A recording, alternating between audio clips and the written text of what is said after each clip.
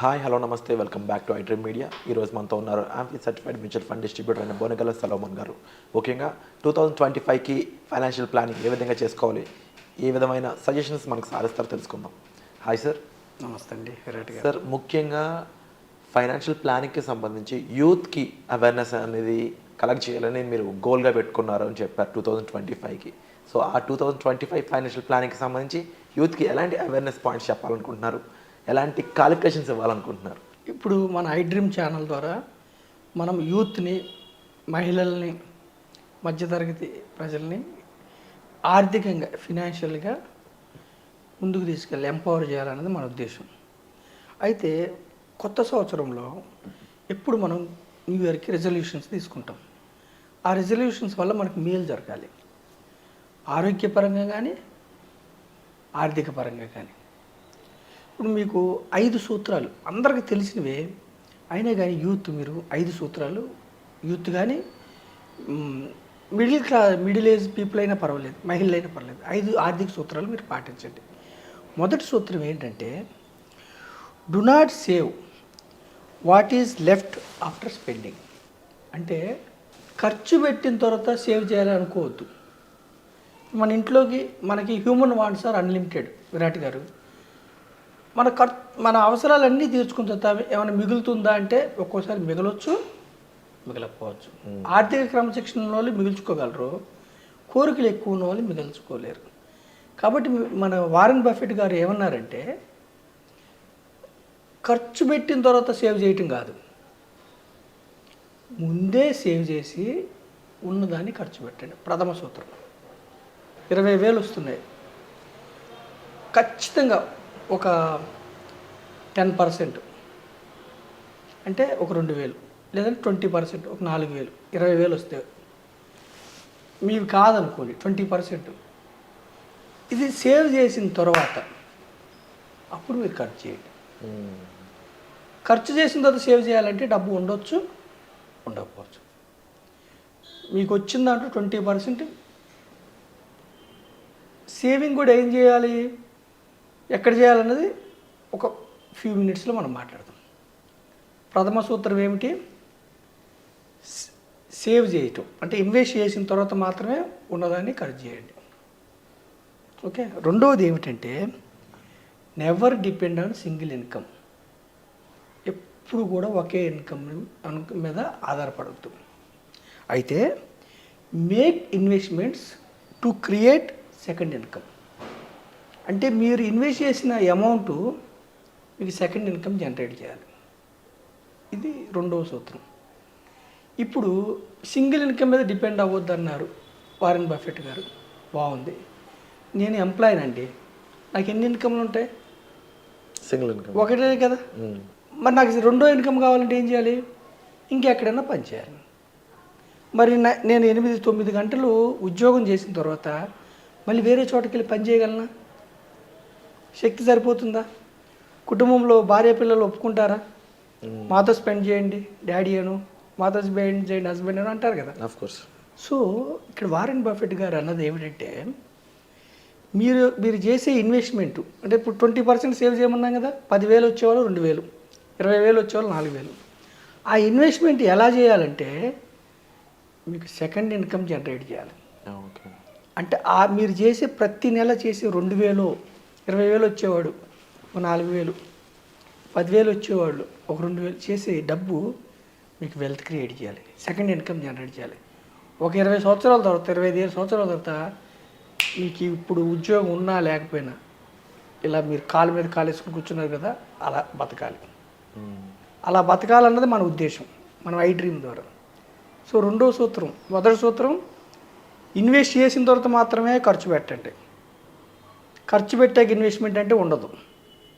Invest చేసిన తర్వాత ఉన్న డబ్బును ఖర్చు. రెండవ సూత్రం, మీరు ఇన్వెస్ట్ చేసే అమౌంట్ ఎక్కడ చేయాలంటే సెకండ్ ఇన్కమ్ జనరేట్ చేయాలి. ఎప్పుడు ఒకే ఇన్కమ్ మీద ఆధారపడద్దు.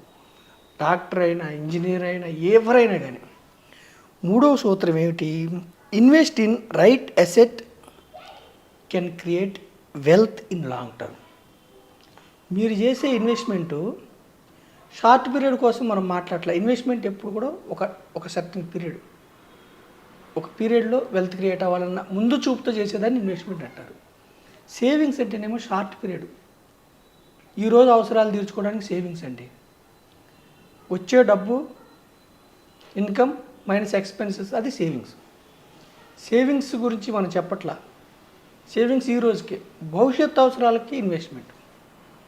ఇన్వెస్ట్మెంట్ అనేది ఎలా ఉండాలంటే మనకి హ్యూజ్ వెల్త్ క్రియేట్ అవ్వాలి ఒక సర్టన్ పీరియడ్ తర్వాత, ఒక 20 years తర్వాత, 25 years, 30 years తర్వాత.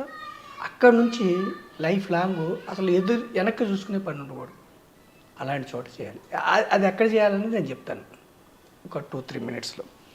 తర్వాత ఇన్వెస్ట్మెంట్స్ ఎప్పుడు గోల్ బేస్డ్ ఉండాలి. గోల్, లక్ష్యం ఆధారంగా ఉండాలి. మీరు ప్రైవేట్ ఉద్యోగం అనుకోండి విరాట్ గారు, మీ లక్ష్యం, ఫస్ట్ లక్ష్యం ఏమిటి? రిటైర్మెంట్ గురించి యూత్ ఆలోచించట్లేదు. ఒక 20, 25, 30 years తర్వాత ఉద్యోగం ఉన్నా లేకపోయినా, గవర్నమెంట్ ఎంప్లాయీ నెలకి 1,00,000 తీసుకునే వ్యక్తికి రిటైర్మెంట్ అయితే 40,000, 50,000 వస్తాయి అతనికి. ఇప్పుడు కొంతమంది గవర్నమెంట్ వాళ్ళకి ఇప్పుడు లేవు అనుకుంటే వాళ్ళు కూడా ప్లాన్ చేసుకో, వాళ్ళకి ఒక సెక్యూరిటీ ఉంటుంది.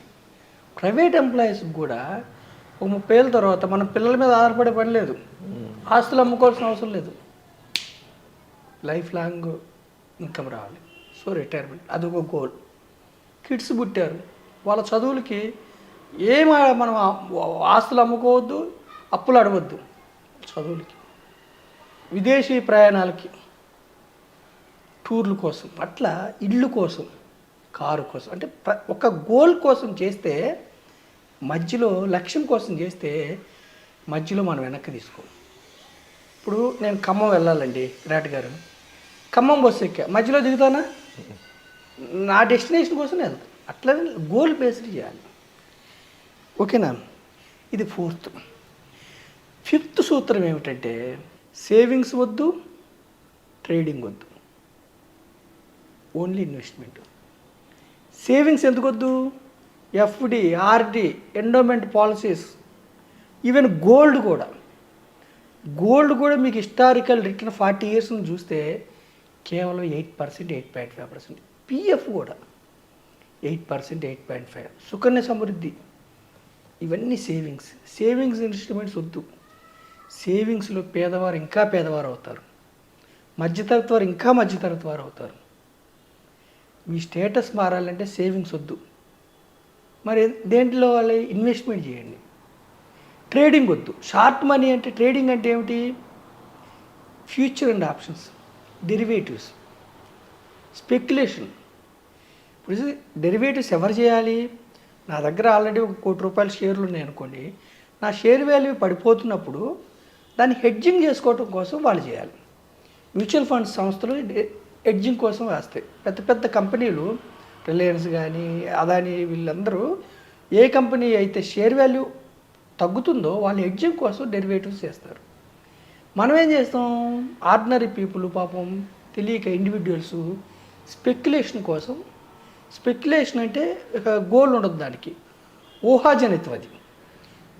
అందుకనే F&Oలో, ఇంట్రాడే F&Oలో, ఫ్యూచర్ అండ్ ఆప్షన్స్లో 100కి 90-93 మందికి డబ్బు పోతుంది. అందుకే సెబీ, మీరు ట్రేడింగ్ డీమ్యాట్ అకౌంట్ తీసుకోండి, ఫస్ట్ మీరు ఓపెన్ చేయగానే మీకు ఫస్ట్ వచ్చే హెచ్చరిక, అవుట్ ఆఫ్ 10 people 9 people లాస్లు వస్తున్నాయి, అయినా పర్లేదా ముందుకెళ్తారా ట్రేడింగ్లో వస్తున్నాయి అని ఉంటుంది.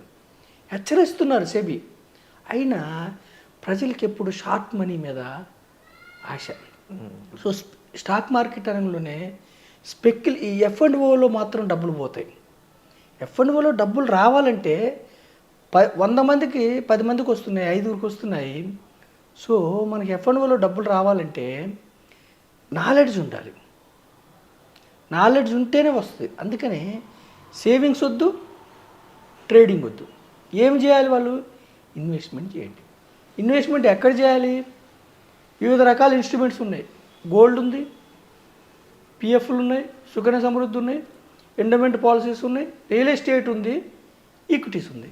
మనం ఏం చెప్తున్నామంటే వీటిలన్నిటిలో రియల్ ఎస్టేట్, ఈక్విటీస్ మాత్రమే ఇన్ఫ్లేషన్ బీట్ చేసే రిటర్న్స్ వస్తున్నాయి. కానీ రియల్ ఎస్టేట్లో మీకు పెద్ద మొత్తంలో వెల్త్ కావాలి. దానికి ఉండే ప్రాబ్లమ్స్ దానికి ఉండే. రియల్ ఎస్టేట్ మన భారతదేశ ఎకానమీకి వెన్నుదన్ను. రియల్ ఎస్టేట్లో కూడా మీకు వెంటనే రెంట్ వచ్చే అనుకోండి, ప్యాసివ్ ఇన్కమ్ మంచిదే కాదట్లా. కానీ ఒక ఆర్డినరీ పర్సన్, ఒక పేదవాళ్ళు, ఒక మధ్యతరగతి వాళ్ళు మనకి రియల్ ఎస్టేట్లు కొనాలంటే అందుబాటులో ధరలు లేవు.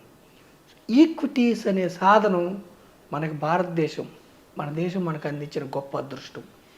ఈక్విటీస్లో కూడా మళ్ళీ ఈక్విటీ మ్యూచువల్ ఫండ్స్ ఈ న్యూ ఇయర్ నుంచి నేను పేద ప్రజలకు కానీ మధ్యతరగతి వారికి ఏం చెప్తున్నా అంటే, డైవర్సిఫైడ్ ఈక్విటీ మ్యూచువల్ ఫండ్స్ మీరు తీసుకుంటే, గోల్ లక్ష్యం ఆధారంగా మీరు తీసుకుంటే నెలకి 3,000 31 ఇయర్స్లో మీకు 1,03,00,000 నెలకి 3,000 31 ఇయర్స్లో అజ్యూమ్ 12% రిటర్న్ 12% వస్తుందని మీరు ఊహిస్తే 1,03,00,000 వస్తుంది. అంటే నెలకు 3,000 అంటే చాలా చిన్న అమౌంట్. 20,000 వచ్చే వ్యక్తి కట్టుకోవచ్చు, కోటీశ్వరుడిగా రిటైర్ అవ్వచ్చు. సో ఈ న్యూ ఇయర్ రిజల్యూషన్స్ మీరు ఏం చెప్తున్నానంటే, ఐదు సూత్రాలు. ఇన్వెస్ట్ చేసిన తర్వాత ఖర్చు చేయండి. మీ ఇన్వెస్ట్ చేసే అమౌంట్ సెకండ్ ఇన్కమ్ ఎలా క్రియేట్ అవుతుంది? ఈక్విటీ మ్యూచువల్ ఫండ్లో మీ డబ్బుల్ని 50 కంపెనీల్లో ఇన్వెస్ట్ చేస్తారు. మీకోసం ఆ కంపెనీలో ఎంప్లాయీస్ పనిచేస్తారు, మీకోసం ఆ కంపెనీలో CEO పనిచేస్తాడు, మీకోసం ఆ కంపెనీలో బోర్డ్ ఆఫ్ డైరెక్టర్స్ పనిచేస్తారు. అంటే ఆ కంపెనీలు ఎప్పుడు కూడా, సంస్థల ఫర్మ్స్ ఎప్పుడు కూడా వాళ్ళ గ్రోత్ కోసం పనిచేస్తాయి. వాళ్ళ గ్రోత్ అంటే ఎవరు? ఆ కంపెనీ షేర్ హోల్డర్స్. మీరు కూడా షేర్స్ కొంటున్నారు కదా ఈక్విటీ మ్యూచువల్ ఫండ్స్ ద్వారా. సో మీకోసం. సో సెకండ్ ఇన్కమ్ జనరేట్ అయింది. గోల్ కోసం పెట్టండి. తర్వాత రైట్ ఎసెట్, ఏ ఎసెట్లో పెట్టాలి? Equity mutual funds. Real estate ఉంది పర్వాలేదు, కానీ పెద్ద మొత్తంలో కావాలి. పేదవారు, మధ్యతరగతి వారు ఈక్విటీ మ్యూచువల్ ఫండ్స్. తర్వాత సేవింగ్స్ వద్దు, ట్రేడింగ్ వద్దు. ట్రేడింగ్ అసలు వద్దు. ట్రేడింగ్కి చాలా నాలెడ్జ్ కావాలి. Equity, diversified equity mutual funds 30 నుంచి 50 కంపెనీలో దొరబాబులాగా ఓనర్స్ అవుతారు. లాంగ్ టర్మ్లో వెల్త్ క్రియేట్ చేసుకుంటారు. Wonderful sir. సో మీకు న్యూ ఇయర్లో ఈ మనకి యూత్కి, మధ్యతరగతి వారికి, మహిళలకి, అందరికీ నేను ఇచ్చే సందేశం, ఈ 5 ఆర్థిక సూత్రాలు పాటించి ధనవంతులు కండి. షార్ట్ పీరియడ్లో రిస్క్ ఉంటుంది, అర్థం చేసుకోండి. దీర్ఘకాలంలో రిస్క్ ఫ్రెండ్ అవుతుంది, మీకు వాలటిలిటీ ఫ్రెండ్ అవుతుంది. వండర్ఫుల్ ఇన్ఫర్మేషన్, డబ్బు సంపాదించుకోండి. Seriously wonderful information sir. And ఇది ఒక అంటే ఫుల్ ఫ్లెడ్జ్డ్ ఒక నాలెడ్జ్ అనేది మీరు ప్రొవైడ్ చేయడం జరిగింది ఒకే ఎపిసోడ్ ద్వారా. And thank you so much for such wonderful episode sir. Thank you so much. Thank you అండి. రైట్.